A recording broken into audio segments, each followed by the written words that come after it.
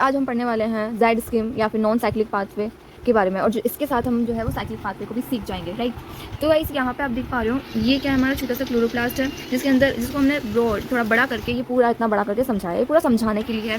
देख सकते हो गाइस आप कि जैसे पेपर के अंदर ये बाउंड्री बनी हुई है, ये जो बाउंड्री बनी हुई है, आप क्या कंसिडर करोगे इसको, आप देखोगे यहाँ पे इस वाली बाउंड्री को आउटर थाइलोकोइड मेम्ब्रेन कंसिडर करोगे तो इसके इधर स्ट्रोमा हो जाएगा। इस वाली बाउंड्री को आप इनर थाइलोकोइड मेम्ब्रेन कंसिडर करोगे तो ये आपका ल्यूमन पार्ट हो जाएगा, करेक्ट। उसके अलावा आप यहाँ पे देखोगे कि जो आपका स्टार्ट कर सकते हैं अपन कि यहाँ पे जैसे आपका अपन को ह्यूमन साइड ही ऑक्सीजन इवॉल्विंग कॉम्प्लेक्स होता है, वो हमने यहीं पे रखा है। यहाँ पे वाटर स्प्लिट होगा, राइट। और यहाँ पे रिडक्शन वाला जो है वो स्ट्रोमा साइड होता है, तो हमने इसको दे रखा है। तो आप यहाँ पे देख सकते हो कि यहाँ पे हमने ये स्केल भी बनाया हुआ है कि इनर यहाँ पे हमने स्केल बनाया हुआ है कि यहाँ पे हाई रिडॉक्स और लो एनर्जी है, तो ऊपर क्या हो जाएगा उसका ऑर्डर, लो रिडॉक्स हाई एनर्जी हो जाएगा। यहाँ पे हाई रिडॉक्स होगा और लो एनर्जी होगा, यहाँ पे लो रिडॉक्स होगा और हाई एनर्जी होगा, ठीक है। ऐसे उल्टा है, याद रखिए।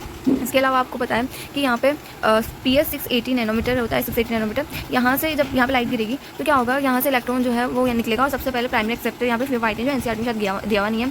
इसके अलावा यहाँ से इलेक्ट्रॉन फिर निकल के कहाँ जाएगा, PQ प्लास्टोक्विनोन के पास जाएगा। और प्लास्टोक्विनोन यहाँ पे क्या करता है, प्रोटॉन पंप की तरह काम करता है, यानी स्ट्रोमा से हाइड्रोजन H+ उठाता है और यहाँ पे क्या कर देता है, पहले तो ये प्लास्टोक्विनोन ओल में कन्वर्ट हो जाता है रेड्यूस होकर, और फिर बाद में ये जो है क्या करता है, इस तरफ हमारे पास H+ को भेज देता है, राइट। फिर इसके बाद में यहाँ पे आप देख सकते हो कि इसके लिए लिखा होता है कि इलेक्ट्रॉन को इलेक्ट्रॉन का कैरियर ही नहीं है, जबकि प्रोटॉन का भी कैरियर है। तो फिर बाद में यहाँ से इलेक्ट्रॉन जाता है साइटोक्रोम B6F के पास, और साइटोक्रोम B6F जो है वहाँ से जाता है प्लास्टोसाइनिन के पास, और फिर प्लास्टोसाइनिन से PS 700 के पास जाता है, और फिर PS1 के पास। एंड देन PS1 जो है वहाँ से इलेक्ट्रॉन जाता है आयरन सल्फर प्रोटीन के पास, ये प्राइमरी एक्सेप्टर होता है यहाँ का। फिर बाद में फेराडॉक्सिन के पास जाता है, और यहाँ पर आपके पास देख सकते हो कि ये होता है आपका यहाँ से आप देख सकते हो कि H+ ऊपर से लिए जाते हैं स्ट्रोमा साइड से, और इलेक्ट्रॉन यहाँ से आ ही रहा है, और NADP को रिड्यूस किया जाता है NADPH2, और यहाँ पे एक एंजाइम होता है FNR फेराडॉक्सिन, ऐसा कुछ करके था।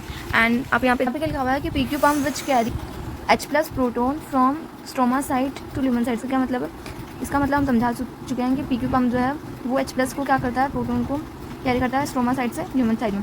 बिकॉज पंप है तो क्या होगा, अगेंस्ट कंसनट्रेशन ग्रेडियंट काम करेगा, यानी कि कहाँ से कम से ज़्यादा की ओर, ठीक है।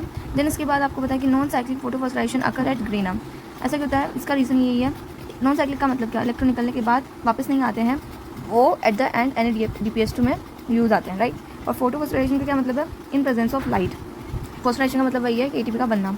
अकर एट ग्रेना का क्या मतलब है, बिकॉज PS2 यहाँ पे अप्रेस्ड रीजन में ही मिलता है, तो यहाँ पे हमें पता है कि अप्रेस्ड रीजन का मतलब ग्रेना पर ही होता है वो, राइट। सो यहाँ पे आप देख सकते हो electron flows from low redox to high redox, हमने देखा था, और high energy to low energy, इसका उल्टा था। Photolysis of water at inner membrane of thylakoid towards lumen side, ये भी देखा था। NADP present towards stroma side at outer membrane, from this proton gradient will form, और ये हमारा पंप हो जाएगा, जिसमें आप देख सकते हो मेम्ब्रेन पे लगा हुआ होगा पंप, CF0 वाला, यहाँ पे ATP सिंथेटेज एंजाइम होगा, चैनल प्रोटीन है ये हमारा embedded in thylakoid membrane, right.